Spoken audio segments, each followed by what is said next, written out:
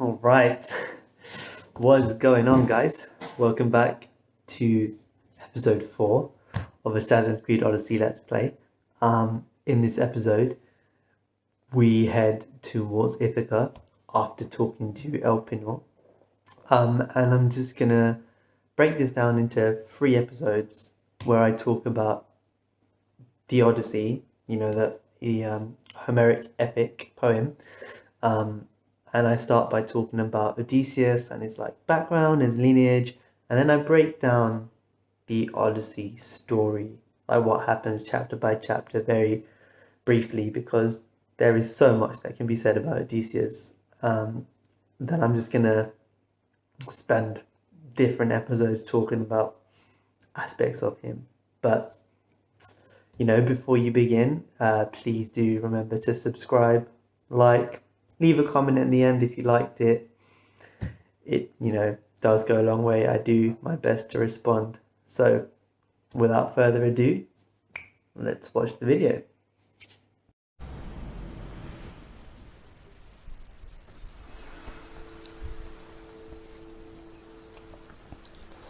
Okay, so if you remember from last time, we had just met. Oh my god, I've forgotten his name. Elpinor, yeah, okay. So we just met that creepy looking guy, Elpinor, and he's asked us to recover a piece of Penelope's shroud, which we will go and do, of course.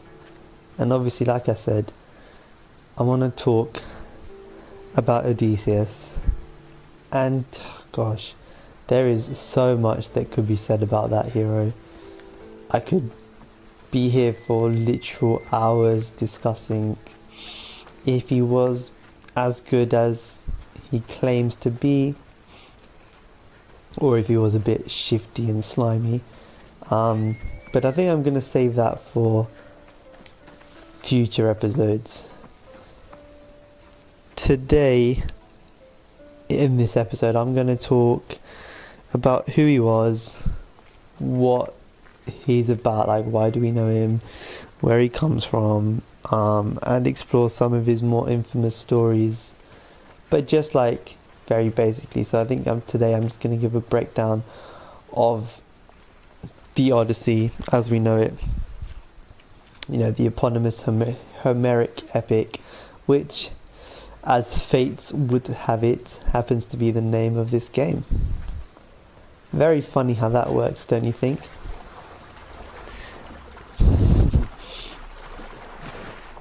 No, that's definitely not what I wanted to do.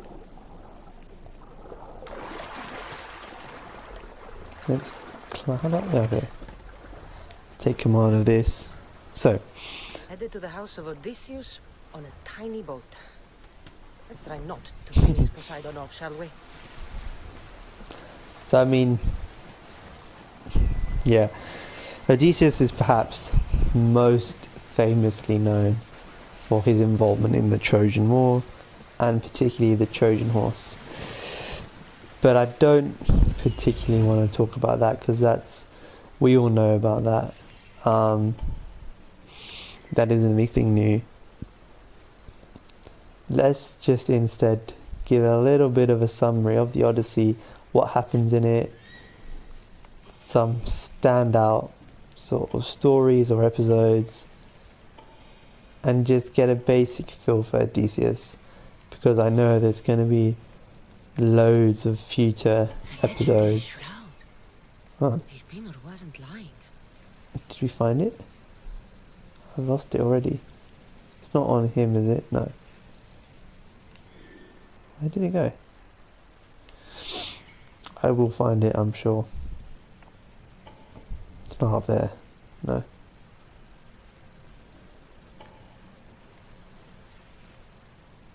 But yeah, I mean, I'm planning on doing loads of episodes, or maybe not loads, but a fair few on Odysseus and his legacy, if I like him or not. I think the best place to start is by looking at who he was, really. So Odysseus then, he belongs to a class of ancient Greek heroes. Let's keep out of sight. Yeah, good point. So a class of super ancient Greek heroes that existed during the time where gods basically interacted quite openly with mortals. He belongs to a race of demigods, so humans who have semi-divine parentage. Basically, Odysseus himself doesn't directly come from a god in the way like his comrades like Achilles did. But he does find himself in a lot of favour with Athena, the goddess of like wisdom and wits and strategy, precisely because of Odysseus' cunning and guile. And Odysseus, he pretty much exists during that verge where All the years I lived on Kefalonia, I never realized the mighty Odysseus' palace was here. yeah, where gods sort of stopped interacting with humans. So after the Trojan War, or perhaps the reason we have the Trojan War is because Zeus basically needs to cull all humans, and he also wants to stop like the whole demigod race because humans are interacting, or rather gods are interacting too much with humans. And I said like, yeah, Odysseus existed as though he was like fact, as though he was an actual person. And I think for now it's enough to say that for the ancient Greeks, like these heroes like Odysseus, like Achilles, and even the gods to an extent, were as much their history in the way like a figure like Napoleon or Anne Frank might have been or is our history.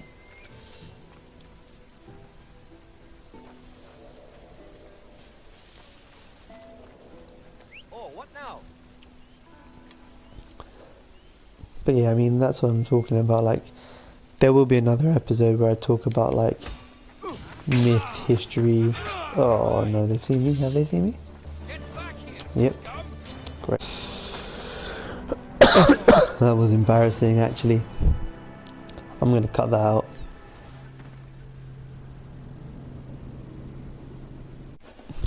Need to be more sneaky.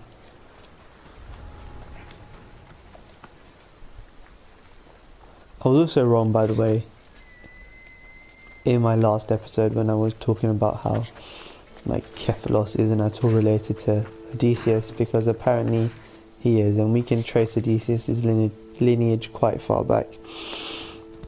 So from what we know, Odysseus' grandfather is Arceus, son of Cephalus, so that would make Cephalus his great-grandfather. And Cephalus is the son of Aeolus. Aeolus is the god or the keeper of winds, and there's an episode actually, like I don't know what chapter it is or what book it is in the Odyssey, where Odysseus meets Aeolus and Aeolus offers him a bag of winds to travel. Now Odysseus, his lineage basically leads him to, but we would expect him to be quite a cunning guy. Never realized the mighty Odysseus' palace was here.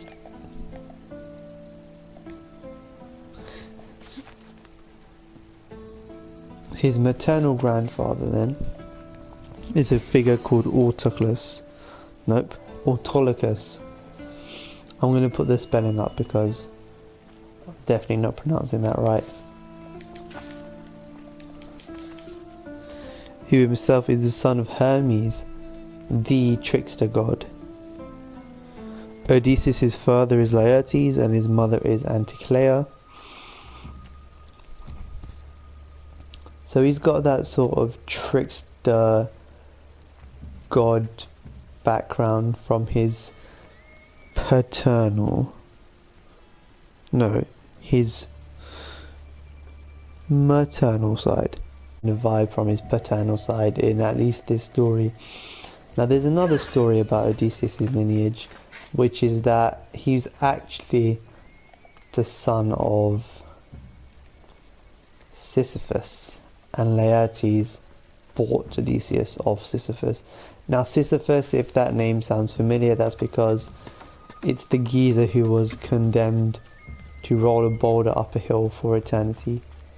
What did Sisyphus do? Well, he was punished for his craftiness and deceitfulness, so you can kind of see a theme developing here when it comes to Odysseus' background. Sisyphus was punished because he trapped death, Thanatos, with his own chains, and for a long period nobody would die. Then he cheated death again by convincing his wife to throw his dead body into a fire, and then when Sisyphus was in Hades, in the underworld, he told Penelope, the queen of the underworld at the time, that he had been disrespected and he needed to go back to the living to sort it out. And of course, once he was back in the living, he refused to die, refused to return to the underworld. So he cheated death twice, and as a result he was punished and forever condemned to push a boulder up a hill and never leave.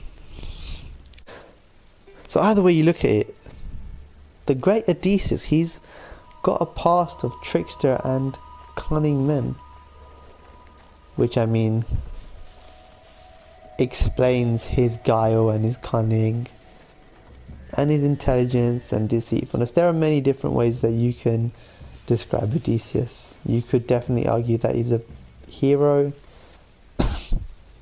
and you can argue that he's as far from a hero as one person could be.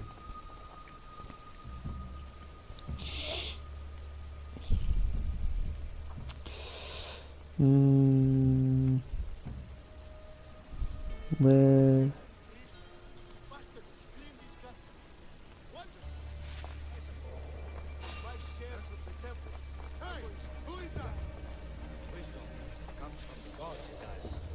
Where should I go? How do I go?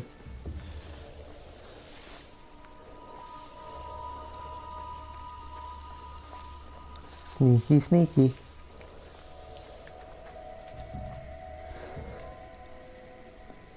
Ooh, let's show the nearby quest and track it.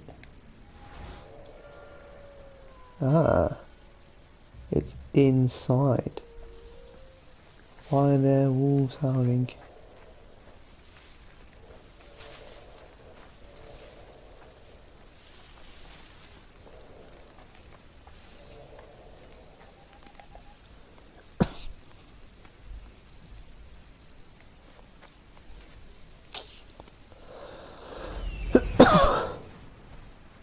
Oh, there is no inside. Oh, right, it's right on the floor.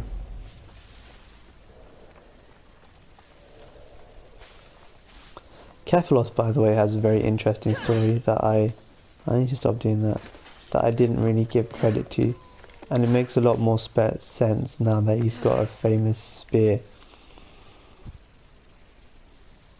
Kephalos then, already married during this story to a lovely woman called Procris.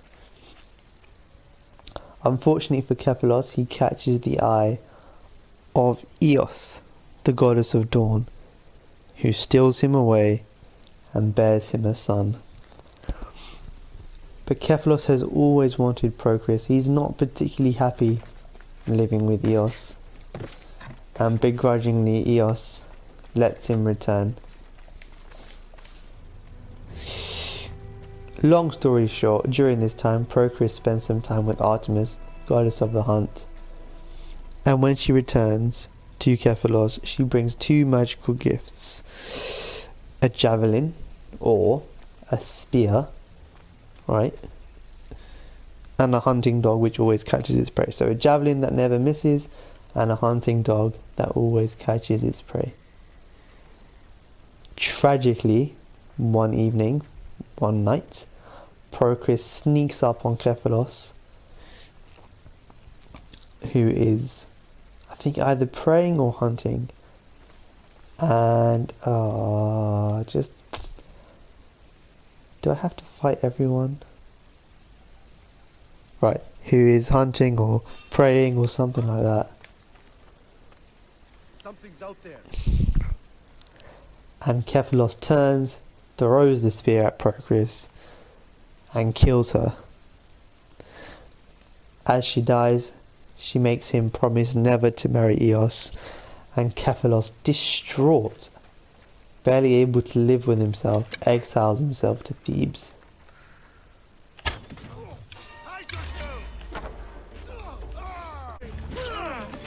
I should stop kicking them off because nothing's working.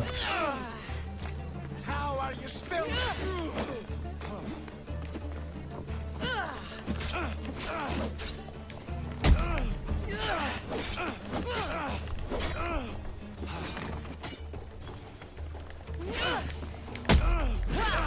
But I don't have to give them a chance to attack either.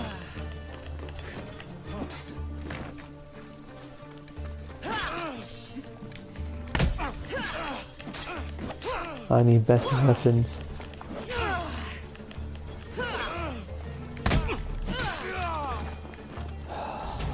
There we go. Flesh? I mean, cloth.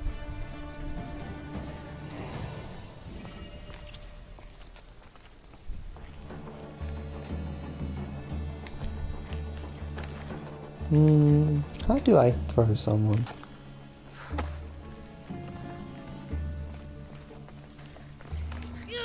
Not like that.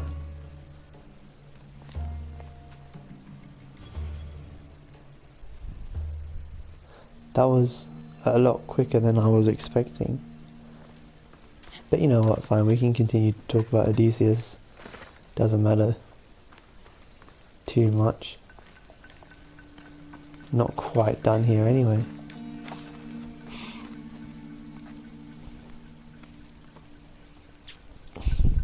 So that's Kephalos' history, and that's Odysseus' lineage, very briefly explained. I think all it really highlights is that he comes from a family of tricksters and deceivers. It's in his nature, in his blood. Oh, you know what? There is something here. Exciting. So,